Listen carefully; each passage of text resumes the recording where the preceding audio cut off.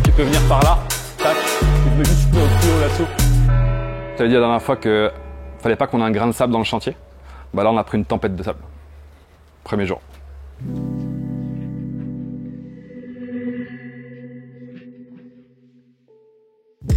Les gars, je vous fais un petit topo du chantier parce que c'est un peu la merde. Suite aux inondations qu'il y a eu et différents pépins par rapport aux pompes de relevage, enfin bon, peu importe, je vous passe les détails. En fait, on s'est rendu compte que le raccordement en eau qu'ils nous avaient fait, enfin soi-disant sur plan, il est complètement fictif. En fait, on n'a pas d'eau dans le local. Donc techniquement, on peut pas fournir de l'eau aux ouvriers. Donc techniquement, les plus gros postes du chantier sont à l'arrêt. En gros, on est arrivé au premier jour, il y a eu une inondation au sous-sol et on s'est rendu compte que le bailleur rejetait les eaux pluviales du bâtiment dans une fosse qui nous est destinée, avec une pompe qu'ils ont mis. Sauf que la pompe ne marchait pas et quelque part heureusement, du coup on a vu que ça a débordé quand il y a eu les grosses pluies. Ça c'est le premier point, ça on peut gérer, en 24 heures on sait gérer.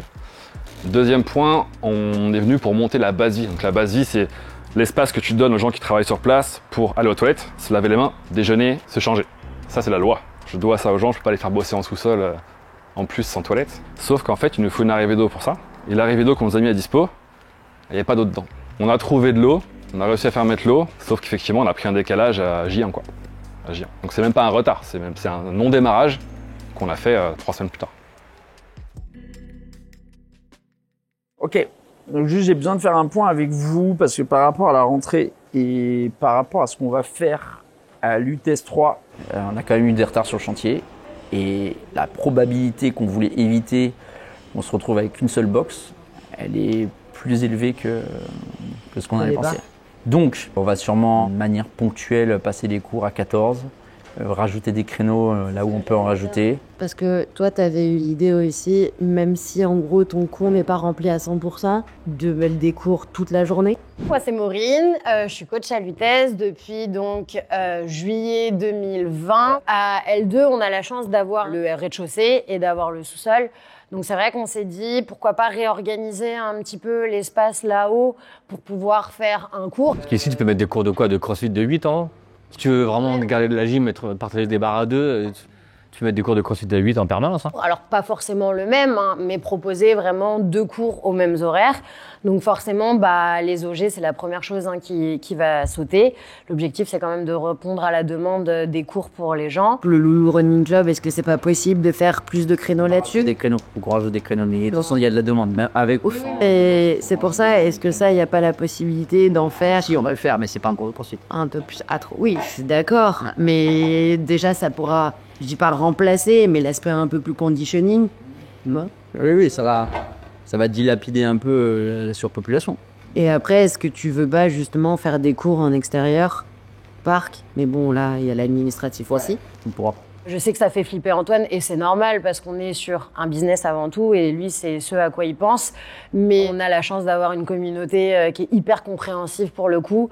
Donc, si on doit aller proposer 4 fois du run dehors dans la semaine, on proposera 4 fois du run. Mais en tout cas, on fera en sorte que les gens puissent bouger, quoi. Moi, je voulais juste voir un truc parce qu'on a énormément de cours où tu as 15 jours. L'endurance, tu l'as qu'une fois. Ouais. Le RX, tu l'as qu'une fois. Le yoga, tu l'as qu'une fois. Si tu regardes tous les cours de yoga depuis 6 mois, il n'y en a jamais un, il y avait un spot de libre, quoi.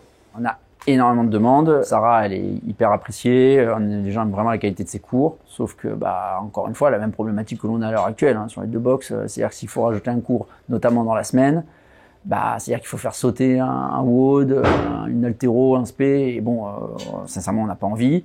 Là, avec l'UTS 3, on va sûrement rajouter 1 voire 2 créneaux en plus dans la semaine.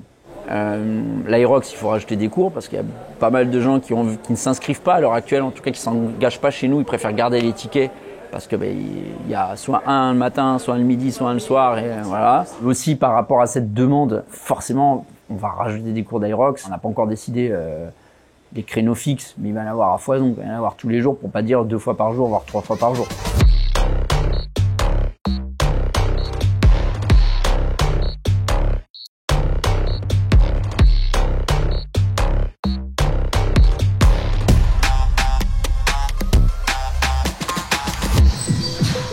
C'est parti, c'est pour ça que t'es venu voir Xavier, pour les 35 minutes de bonheur.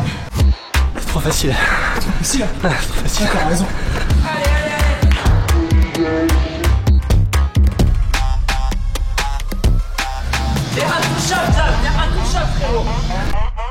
Moi, ce que j'adore vraiment avec cette effervescence qu'il y a autour de l'Aerox, c'est que ça a ramené la course à pied. Pour en avoir fait un, en vrai, si tu taffes pas le run, tu passes pas un sale quart d'heure, tu passes une sale heure et demie. Je dis pas que c'est que l'Aerox, mais l'Aerox a beaucoup contribué à réintroduire un peu la course à pied dans le fitness, quoi. Et il faut que les gens soient capables de courir à pied. Et même si tout le monde râle à chaque fois quand tu leur dis 400 mètres run, non, c'est quelque chose que tu peux pas mettre de côté. Moi, Antoine Escrivant, par rapport à ma conception de la préparation physique, en tout cas mon amour pour la méthodologie CrossFit, l'Aerox, je l'ai vu d'un côté, ouais, c'est bien, ça change, mais je l'aurais plus vu comme une épreuve. Je pensais pas que ça serait un cours qu'on incorporerait. Après, il y a une vraie demande et ça plaît. Et même moi, je m'amuse à faire des cours d'Aerox et j'avoue, ça m'éclate. Oui, il faut mettre des cours d'Aerox. Après, l'histoire des cours compétiteurs, qu'est-ce qu'on en fait? Oui, ça pareil, parce qu'il y en a qu'un. Si l'objectif c'est de créer... si on fait vraiment une classe là-dedans, il faut qu'il y en ait au moins un tous les jours. C'est ça. Ouais. Le problème du RX+, c'est que du coup, ça crée des groupes différents. Ça crée un groupe RX+, ça crée un groupe compétiteur qui fait ses compétitions, sa prog à côté, et un groupe d'adhérents lambda qui fait une prog normale. Donc, tu as 3 groupes différents. Et ça, ça nous va pas spécialement, c'est pas ce qu'on veut à l'UTS. Peut-être la meilleure solution, donc ce sera à voir, mais on va commencer comme ça serait d'élever tout simplement le niveau de la programmation de la boxe pour tout le monde. C'est vraiment le concept même de la méthodologie. Au level 1 et au level 2, quand on nous enseigne comment programmer, ou en tout cas comment on nous guide pour programmer, il faut programmer comme si vous programmiez pour Matt Fraser ou Rich Froning dans votre box. À partir de là, le scale, les adaptations que l'on va faire doivent être en fonction de chaque athlète. Et c'est ce qui est vraiment bien avec le CrossFit, c'est qu'en théorie, un Rich Froning peut s'entraîner avec Ginette dans la même heure. Ils font pas les mêmes mouvements, mais les mêmes catégories de mouvements, ils doivent aller à leur 100%. Et nous, on est là pour adapter, sans vous mettre en situation d'échec, vous mettre à 100%. Donc, on va faire ça. Ce qu'on fait déjà un peu actuellement d'ailleurs, depuis quelques mois, on a augmenté un peu le niveau. Et là, on va l'augmenter encore plus pour que tout le monde puisse se retrouver dans les cours. Donc, ceux qui ont vraiment un très, très bon niveau, capables de faire les compétitions, mais qui n'ont pas le temps, en termes de planning, d'aller chercher des cours RX+, où on ne sait pas à quelle heure, etc., qui se prennent pas la tête, tous les cours sont à un niveau supérieur, avec des mouvements supérieurs, des charges supérieures, etc. Ce que j'aimerais caser, dans la même journée, tu as WOD traditionnel, du RX+, du WOD, du RX+, à différentes heures, mais tout le monde est capable de se comparer sur le Metcon. Le Metcon reste le même. Et moi, ce qui va m'intéresser, il va aboyer. Moi, ce qui va m'intéresser sur ce principe-là aussi, c'est que les gens qui vont faire les WOD traditionnels se disent peut-être je peux passer un stade supplémentaire parce qu'on met ça à disposition. Si tu veux faire RX+, juste accroche-toi parce que la séance, c'est la même durée. Et par contre, en termes d'intensité globale, c'est pas la même. Tu vas avoir un cash-in ou en tout cas une introduction un peu hardcore ou en tout cas qui va te challenger un peu plus que d'habitude. Et il faut que tu gardes des cannes pour le Metcon. Par rapport à quelqu'un qui va avoir un meilleur encadrement technique pour lui permettre de perfectionner son mouvement ou de se challenger peut-être avec un peu moins de volume. Mais derrière, ils sont tous au même état avec les adaptations nécessaires avec le même Metcon.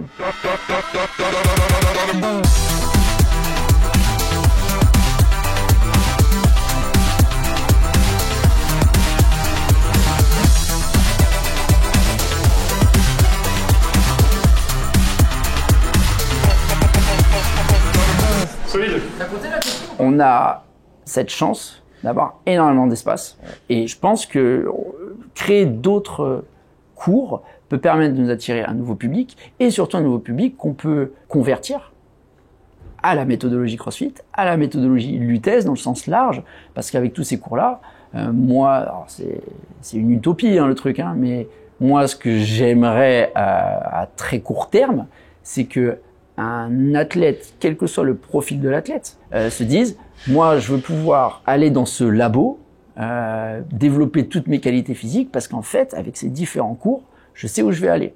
Par rapport aux nouveaux cours, ça on en avait parlé ensemble, vous trouvez pertinent qu'on mette un cours de force athlétique? Oui. Axé sur les 3 mouvements, la force athlétique. Quand on est sur les cours d'haltéro, c'est très bien, hein. On décompose le snatch, on décompose le clean, on décompose le jerk, parce qu'il faut pas l'oublier aussi celui-ci. Mais on a tendance, par manque de temps, hein, parce que ça reste quand même 1 heure, de pas pouvoir forcément développer tout ce qui va être force sur le squat, donc qu'il soit en back ou qu'il soit en front, tout ce qui va être soulevé de terre et tout ce qui va être aussi bench. Ça, je pense que c'est un truc qu'on fait le moins dans le CrossFit. Là, vraiment, il n'y a pas de mouvement d'explosivité, c'est vraiment le travail de la force. Soulever lourd, comment soulever lourd en sécurité, et puis développer vraiment cette qualité physique. Et je trouve que c'est une plus-value vraiment de revoir ces bases-là, développer la force pure en gros chez les athlètes, quoi. Ok, dans les autres nouveaux cours, est-ce que vous aviez des idées? Bon, on avait parlé la dernière fois de faire total opposé, donc quelque chose de beaucoup plus cardio. Mais sachant que tu as l'endurance, le conditioning, l'aérox. Moi, je pense de faire un rowing club, cycling club, c'est quand même pas mal. Je me dis, on est dans un truc de spécialisation, d'accord? Donc autant mettre vraiment l'aspect, rowing, cycling, de deux côtés. Et s'il y en a un qui marche plus que l'autre, eh ben, le planning il va changer. On mettra peut-être un peu plus de rowing ou un peu plus de cycling. Je pense que le cycling attire plus que le rowing, mais on ne sait jamais. Tu as deux populations différentes. Tu as des gens qui kiffent vraiment le rameur. On va pas se complexifier parce que tu as des gens qui vont dire « Ah bah non, je viens pas, j'aurais aimé que ça soit le cycling. » Jamais. Non, tu sais quand tu viens. S'ils veulent être surpris par le ergo, il y a l'endurance pour ça. Ok. Est-ce que vous voyez d'autres trucs? Ça ne veut pas dire que ce sera des cours qui seront là au lancement. Hein. Est-ce qu'à terme, il y a d'autres? Une base pour la chute, quoi. D'ailleurs, les condis et tout, tu veux les laisser là ou les mettre que là-bas ou dans les deux salles? Alors, ça sera... Parce qu'en fait, si tous les condis, tu les dégages dans l'autre salle, entre guillemets, tous les espaces là, tu le mets en open gym en permanence. Tu me coupes l'air sur le pied parce que c'était le dernier point. Comment on répartit tout ça? D'une, pour répondre à une certaine demande par rapport à ce qu'il y a à l'heure actuelle au public ou quoi, et notamment prendre en compte ce paramètre qui vient d'évoquer, c'est-à-dire ici, qu'est-ce qu'on blinde en OG ou en type de cours pour qu'il y ait quelqu'un quand même qui soit là pour surveiller ce qui se passe. Mettre que de l'OG, ça veut dire que le coach il va être en bas. Déjà, Jordan il n'est pas capable de faire les deux. Alors que s'il y a un cours qui est tout le temps animé là, on le voit quand il y a les condis, c'est quand même, c'est pas cool pour le coach, mais au moins il a un visu direct avec les personnes qui rentrent. Il faut que L3, au vu des espaces, on centralise quand même pas mal de choses là-bas. Donc il va y avoir une baisse d'activité à L2 pour que tout soit centralisé là-bas et surtout que les gens aient l'opportunité de faire plein de choses au même endroit. Par contre, quelle est la répartition globale? Oui, et la répartition par salle aussi, parce que ça, justement, c'est intéressant de voir en gros la salle qui a le plus de possibilités d'accueillir sur un cours. À L3, franchement. Oui, tout c'est possible. C'est une limite. La course. C'est possible. À part la course à pied. Shuttle run, on aura la possibilité. Là, ils vont faire des 20 mètres. Shuttle run. C'est pour toi, Xavier.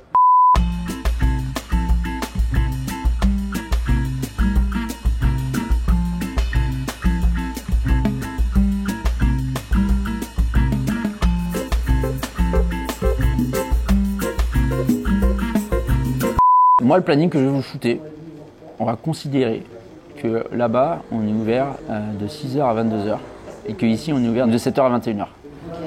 Après, et on verra en fonction de la demande ou quoi, ce qu'on fait sauter, ce qu'on ajuste ou quoi. Oui, voilà. Et on repart sur des cours de 8, 10, 12 10 personnes. On passera sur du 10 personnes parce que ça va être trop bien pour tout le monde.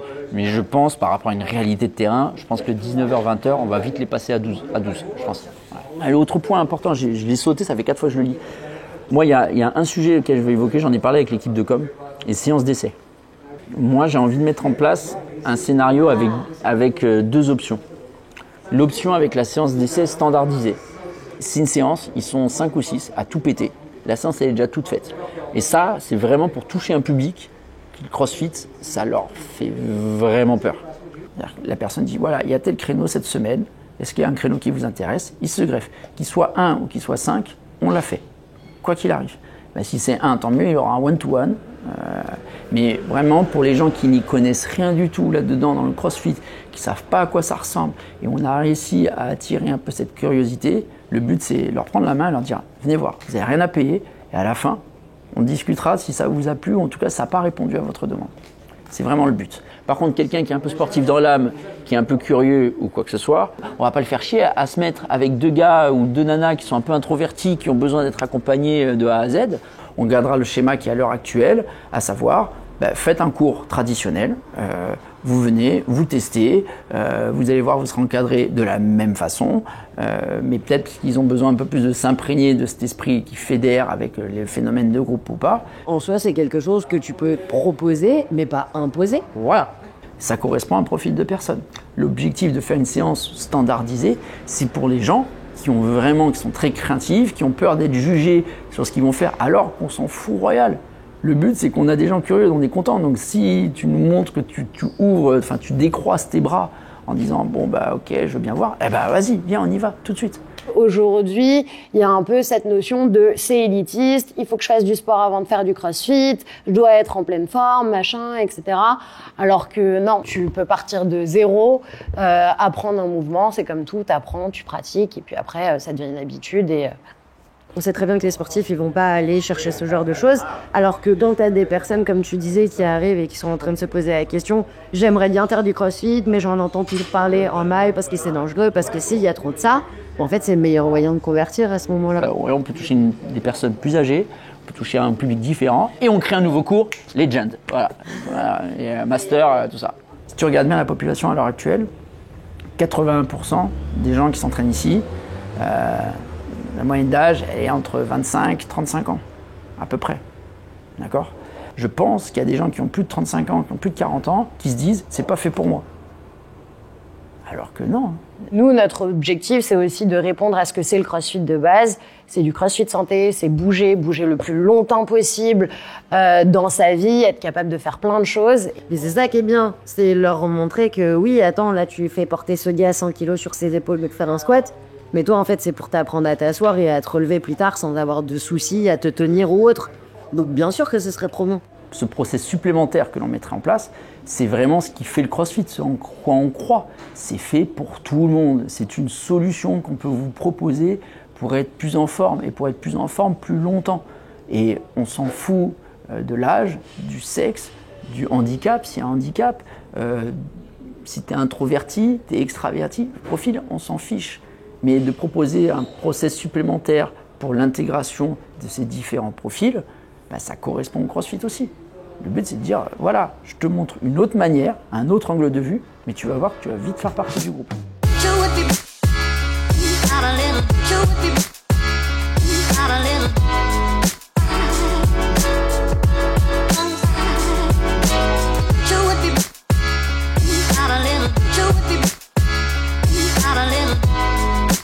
J'ai hâte de regarder cette vidéo dans un an ou deux en disant oh, des idées de cours mais c'était complètement débile. Et entre temps on va avoir d'autres idées hein, parce que je le vois en discutant avec le staff au quotidien. En fait tous les jours il y en a un qui a une idée de mettre un truc en place. Là on a environ 3 semaines et demie, 4 semaines de chantier.